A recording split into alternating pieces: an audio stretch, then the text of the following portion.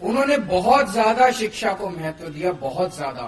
मैं तो कई बार ये सोचता हूं कि वो टाइम के पहले, हमारे देश का दुर्भाग्य है कि टाइम के पहले हम लोगों को छोड़ के चले गए।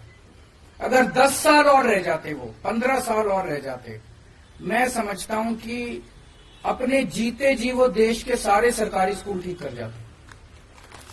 आज 75 साल हो गए देश को। 75 साल में इन सारे लोगों ने मिलकर देश के सरकारी स्कूलों का बेड़ा गर्क कर दिया। इन लोगों ने, शिक्षा इनके एजेंडा में ही नहीं है। कोई पार्टी नहीं चाहती कि देश के बच्चों को, गरीब बच्चों को शिक्षा मिले। अकेला वो शख्स, मैं उठा के देखता हूं इतिहास, पूरे इतिहास में आजादी ने बहुत बड़े बड़े सूरमा पैदा किए, अकेला वो शख्स है जिसने शिक्षा को महत्व दिया, और किसी ने शिक्षा के बारे में बात नहीं करी, क्योंकि उसने भुगता था, उस शख्स ने भुगता था, उसने उस गरीबी से निकल के और उसने इतनी अच्छी शिक्षा प्राप्त की थी।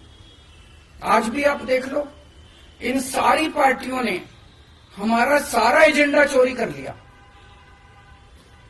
सबसे पहले तो हम ही थे, हम जाके कहते थे केजरीवाल की गारंटी, केजरीवाल की गारंटी के, कहते थे कि नहीं कहते थे?